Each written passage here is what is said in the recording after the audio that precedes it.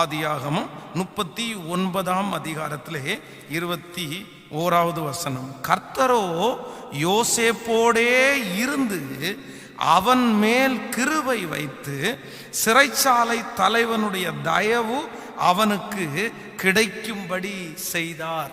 இன்னொரு விசை கூட வாசிக்கலாம். யோசேப்பினுடைய தலையின் மேல ஆண்டவர் வைத்த 3வது ஆசீர்வாதம் 21வது வசனம். கர்த்தரோ யோசேப்போடே இருந்து அவன் மேல் கிருபை வைத்து சிறைச்சாலை தலைவனுடைய தயவு அவனுக்கு கிடைக்கும்படி செய்தார்.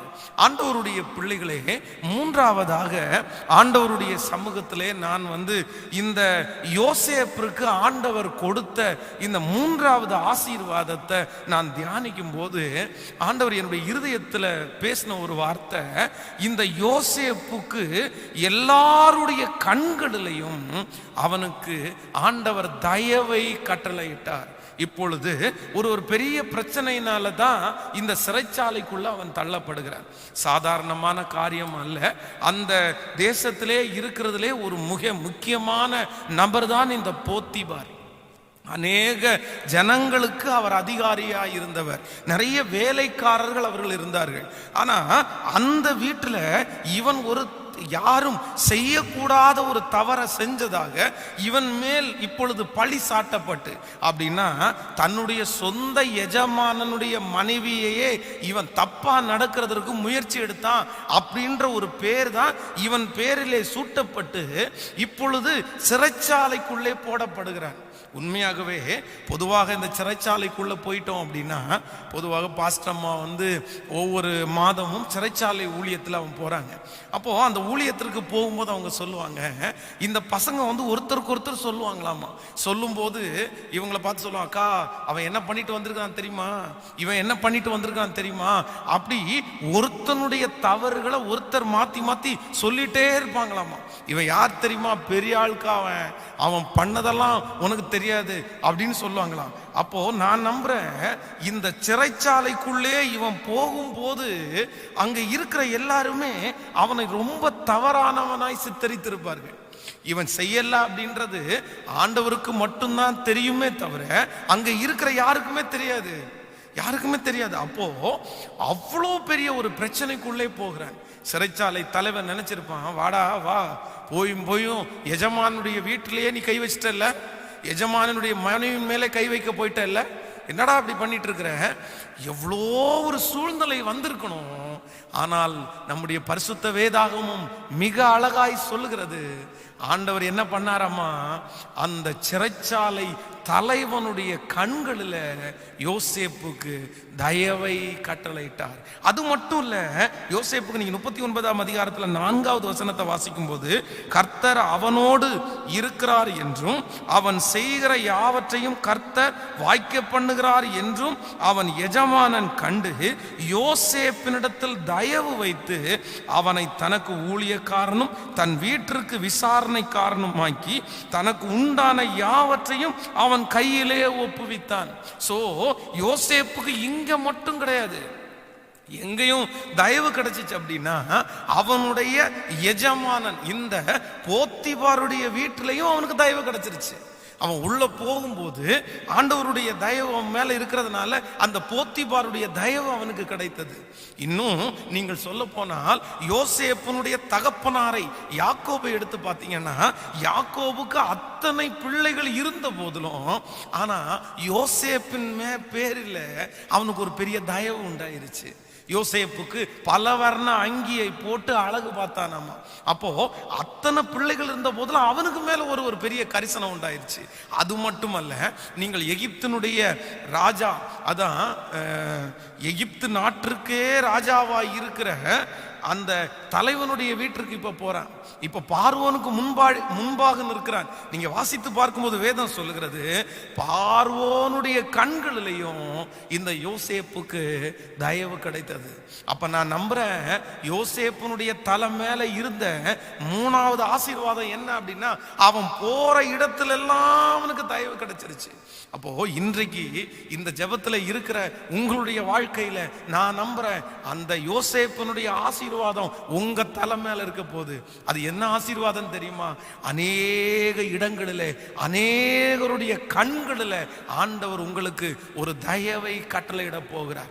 இன்றைக்கு இந்த ஜபத்தில் இருக்கிற யாரோ ஒருத்தர் நீங்க சொல்லலாம், பாஸ்டர் எனக்கு தான் எங்க போனாலும் தயவே கிடைக்காது. எல்லா இடத்துல போனா எல்லாருமே சாப்பிட்டா எல்லா இடத்துலயும் பேசுறாங்க, ஆனா என்னை பார்த்த உடனே கோவம் வந்துருது, என் மேனேஜருக்கு கோவம் வந்துருது, எங்க அம்மாவுக்கு கோவம் வந்துருது, எங்க அப்பாவுக்கு கோபம் வந்துருது, என் வீட்டுக்காரருக்கு கோபம் வந்துருது, என்னை சுற்றி இருக்கிற ஜனங்களுக்கு கோபம் வந்துருது. எங்கு பார்த்தாலும் ஒரு சண்டையா இருக்குது, எங்க பார்த்தாலும் ஒரு சமாதான குறைவு, எல்லாருடைய கண்களும் என் மேல பொறாமையா பார்க்குது, எல்லாருமே என்னை வெறுக்கிறது மாதிரி நான் ஃபீல் பண்றேன், யாருடைய தயவும் எனக்கு கிடைக்கல.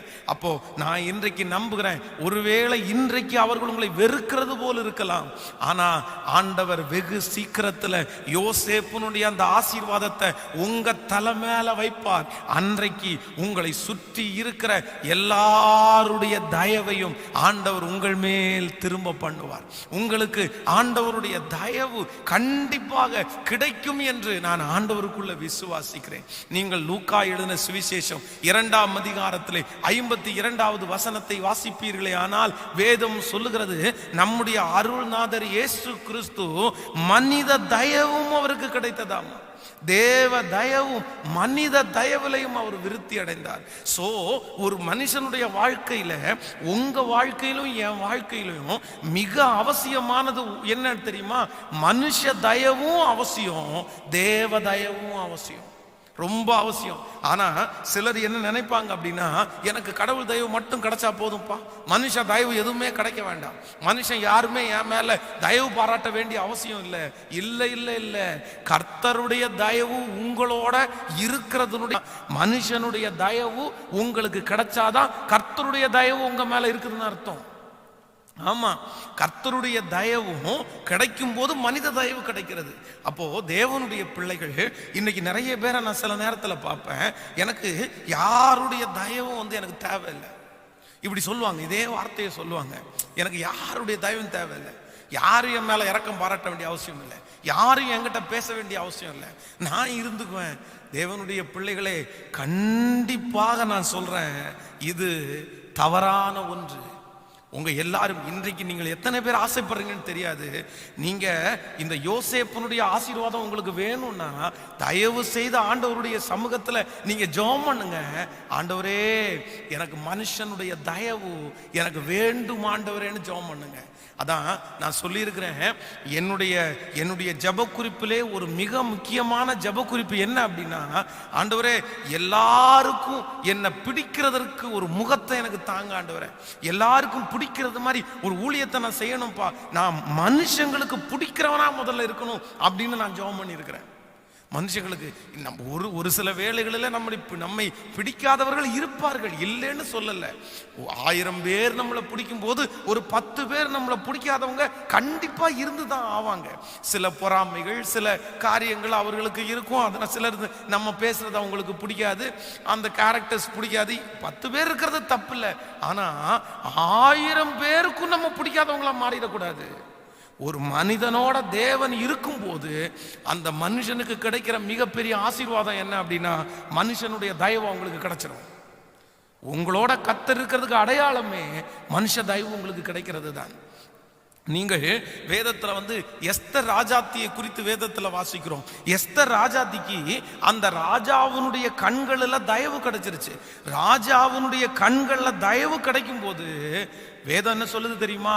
நான் ராஜ்யத்தினுடைய பாதியை கேட்டாலும் நான் உனக்கு தர்றேன் அப்படின்னு ராஜா சொன்னாரு.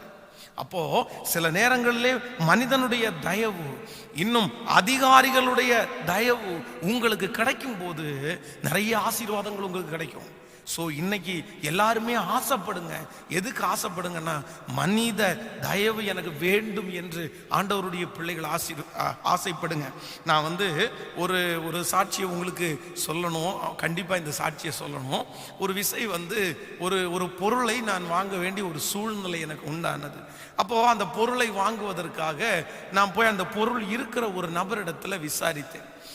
அந்த நபருடைய அசிஸ்டன்ட் ஒருத்தர் இடத்துல. அப்போ அந்த அசிஸ்டன்ட் சொன்னாரு, அதனுடைய விலை 20,000 ரூபாய் அப்படின்னு சொன்னாரு. ஆனால் அந்த நாட்களில் வந்து 20,000 ரூபாய் கொடுக்கறதுக்கு எங்கிட்ட பணம் இல்லை. எங்கிட்ட வந்து 16,000 ரூபாய் இருக்குது.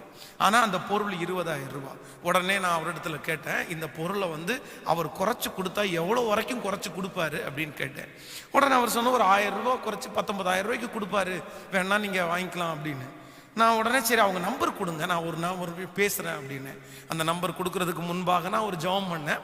ஆண்டவரே, இந்த பொருள் உமக்கு சித்தமாக இருக்குமே, ஆனால் என்னுடைய பணம் இவ்வளோ தான் இருக்குது, நான் இதை வந்து வாங்குறதற்கு எனக்கு உதவி செய்யும் அப்படின்னு சொல்லி ஜெபம் பண்ணிட்டு அவர் கால் பண்ணேன். கால் பண்ணும்போது அவர் என்ன சொன்னார்னா, எதுவுமே சொல்லாமல் நீங்கள் நேரடியாக வாங்க அப்படின்னு சொன்னார். நான் அவரை போய் நேரடியாக பார்க்கறதுக்காக போனேன்.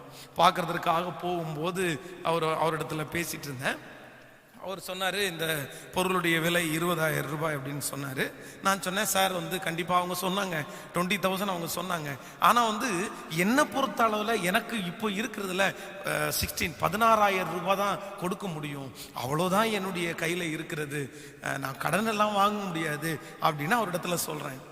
சொல்லும்போது ஐயோ இல்லையே, அது முடியாதுன்ற மாதிரி நான் யோசிக்கிறேன் அப்படின்னு சொன்னார். உடனே ஓகே, நோ ப்ராப்ளம் சார், அதெல்லாம் ஒன்றும் பிரச்சனை இல்லை, உங்களை மீட் பண்ணுறதுக்கு கடவுள் ஒரு வாய்ப்பு எனக்கு கொடுத்துருக்கிறாரு, தேங்க்யூ அப்படின்னு சொல்லிட்டு நான் ரொம்ப சாதாரணமாக சந்தோஷமாக பேசிட்டு தேங்க்ஸ் சொல்லிட்டு நான் வந்துட்டேன்.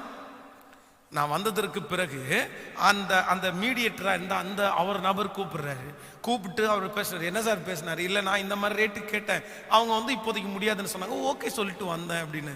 சார் போங்க சார், இந்த பொருளை வந்து கிட்டத்தட்ட 1 வருஷமா அவர் வச்சிருக்கிறாரு, என்னைக்காவது ஒரு நாள் இந்த ரேட்டு வந்தாதான் கொடுப்பேன்னு 1 வருஷமா எத்தனையோ பேர் 17,000க்கு கேட்டு கூட அவர் கொடுக்கல, நீங்க இவ்வளோ குறைவா கேட்டிருக்கிறீங்களே அப்படின்னாரு.